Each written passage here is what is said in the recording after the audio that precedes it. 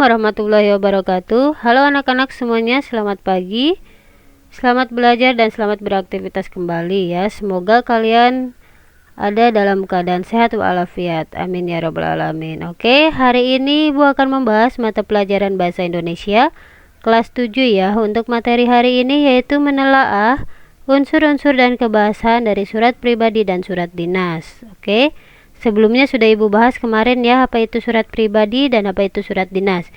Oke, di sini akan Ibu paparkan kembali. Surat pribadi adalah surat yang dikirim oleh seseorang kepada orang lain yang isinya bersifat pribadi atau tidak menyangkut kedinasan ya. Sini ada contoh surat pribadi, yaitu surat kepada saudara, surat kepada teman sepermainan, surat kepada orang tua, dan surat tidak resmi lainnya. Selanjutnya di sini ada surat dinas, adalah surat yang dikirim oleh perseorangan atau lembaga kepada perseorangan atau lembaga lain yang berisi hal-hal kedinasan. Contohnya di sini adalah surat undangan rapat dinas dan surat pengantar barang. Ya, dalam surat dinas bahasa yang digunakan adalah bahasa baku. Oke, lanjut. Kemudian ada unsur-unsur surat dinas dan surat pribadi ya. Unsur-unsur surat dinas yang pertama ada kepala surat, nomor surat, tanggal surat, lampiran, hal, alamat surat, salam pembuka, paragraf pembuka, paragraf isi, paragraf penutup, salam penutup, dan pengirim surat. Sedangkan untuk unsur-unsur surat pribadi ya, ada tempat dan tanggal surat, alamat surat, salam pembuka, isi surat, salam penutup, dan pengirim surat ya. Oke, lanjut. Di sini ada contoh surat pribadi ya. Nah, ini merupakan dari tanggal surat, kemudian alamat surat, ada salam pembuka, kemudian di sini ada isi surat, di sini ada salam penutup, dan terakhir pengirim surat ya. Oke, lanjut. Kemudian di sini contoh dari surat dinas ya, unsur-unsurnya. Yang pertama itu ada kepala surat, nomor surat, kemudian tanggal surat, hal, ada alamat surat, salam pembuka, paragraf isi ya, kemudian ada paragraf penutup, dan yang terakhir yaitu pengirim surat. Oke, lanjut. Kemudian di sini ada kebahasan surat pribadi dan surat dinas ya. Penggunaan bahasa dalam surat pribadi dan surat dinas umumnya berbeda ya. Surat pribadi berisi kepentingan pribadi sehingga bersifat tidak resmi ya.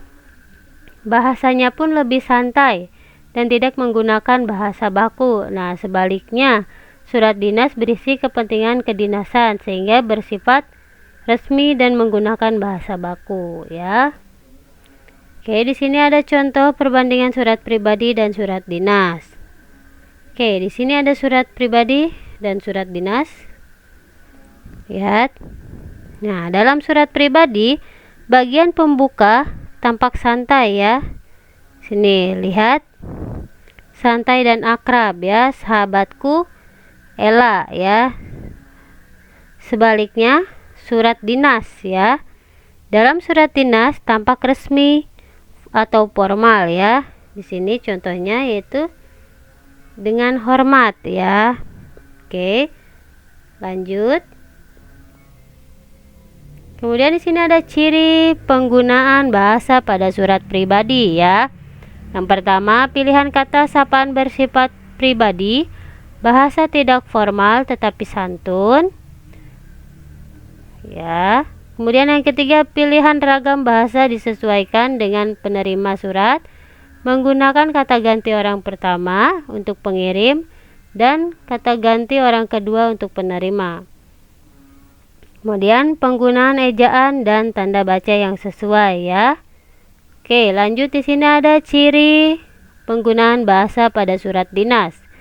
Yang pertama, pilihan kata sapaan bersifat formal, bahasa formal, pilihan ragam bahasa resmi atau baku, menggunakan kata ganti orang pertama, dan yang terakhir menggunakan ejaan dan tanda baca sesuai dengan kaidah yang berlaku.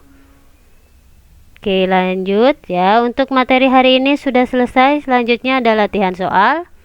Oke, untuk latihan soal seperti biasa ya, soal dan jawaban ditulis di buku tulis, kemudian dikasih nama dan difoto, lalu dikirimkan ke Google Classroom. Untuk tugas ini terakhir hari Jumat jam 5, tidak boleh lebih dari hari Jumat ya. Oke, terima kasih.